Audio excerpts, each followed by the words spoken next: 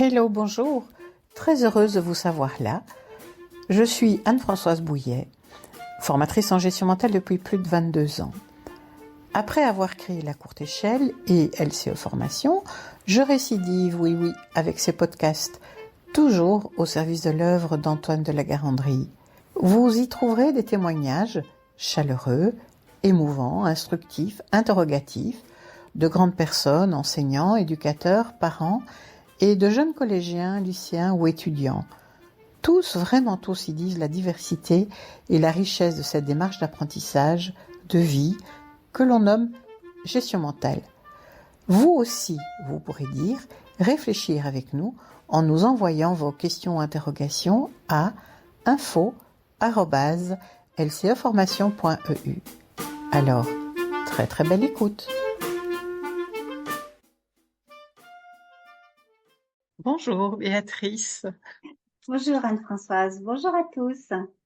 Bonjour à tout le monde et très heureuse de te trouver aujourd'hui pour entamer notre série de podcasts sur en finir avec les amalgames, en sortir peut-être aussi, mais pour en finir avec les amalgames. Mais avant d'entamer différents thèmes, Béatrice, tout compte fait, c'est quoi la gestion mentale? Ce serait peut-être important de commencer par préciser. Qu'en Oui, penses-tu? oui, je pense que c'est important parce que quand on demande qu'est-ce que tu fais, c'est quoi la gestion mentale, c'est pas simple de définir ce qu'est la gestion mentale. Hein. C'est pas simple, non?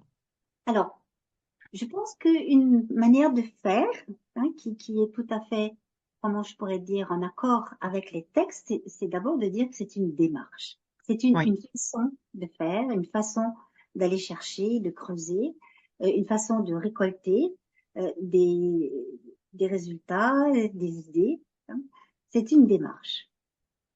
Antoine de la Garandrie disait parfois qu'il avait essayé, de produire une phénoménologie des actes de la connaissance. Mhm. Alors, évidemment, Antoine de la Garandrie avait son chemin, sa démarche.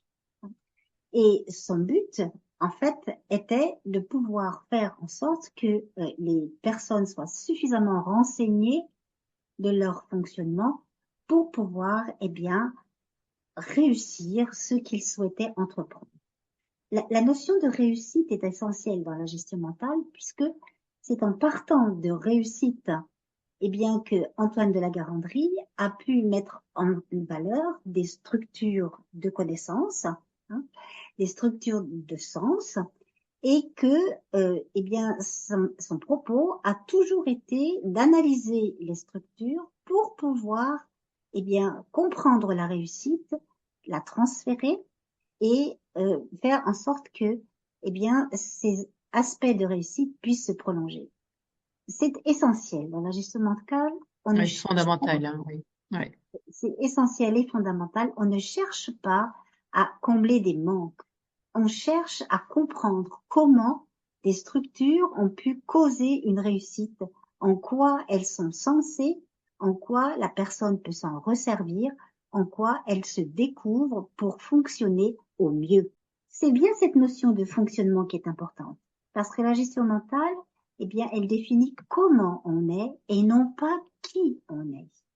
Mhm. Donc, attention, si quelqu'un vous définit en disant tu es ceci ou tu es cela, il n'est pas en train de travailler ou d'analyser en relation avec la gestion mentale. Il utilise d'autres outils, ce qui peut lui être propre, mais il faut qu'il le dise et que ceux qui cherchent de la gestion mentale doivent être vigilants pour dire, voilà, tu t'exprimes avec ça, tu fonctionnes avec ça, c'est ça qui te permet de faire ceci ou de faire cela. Oui, et puis les approches peuvent être complémentaires, mais pas confondues. Ça fera partie d'ailleurs de thèmes que nous allons aborder justement dans la suite des podcasts. Mais je t'ai interrompu, excuse-moi Béatrice. Oh non, ça va très bien. C'est parfait. Cette démarche, elle propose une analyse de ce qui se passe à l'intérieur de la personne. Et cette analyse, elle s'appuie sur des prises de conscience, donc sur l'introspection. Hein, et c'est en affinant sa capacité à s'introspecter que on va pouvoir augmenter les ressources personnelles que l'on a pour mettre au service des apprentissages. Il y a quelques concepts fondamentaux qui viennent de cette analyse de l'intérieur, hein. C'est la notion d'évocation et la notion de projet. Et pour bien faire la distinction entre l'intérieur et ces deux concepts, le projet et l'évocation, avec l'extérieur, eh bien, il y a un concept qui concerne l'extérieur et qui s'appelle perception. Mhm. Donc, la gestion mentale propose une analyse rigoureuse de ce qui se passe à l'intérieur d'une personne qui a réussi à apprendre quelque chose, qui se découvre et qui décide d'utiliser ses ressources dans des situations différentes. Parfait. Merci. C'est très clair, Béatrice. Merci beaucoup pour ces précisions. Et puis, nous allons nous retrouver ultérieurement pour les premières séries pour en finir avec les amalgames. Donc, à tout bientôt, Béatrice. À tout Merci. bientôt.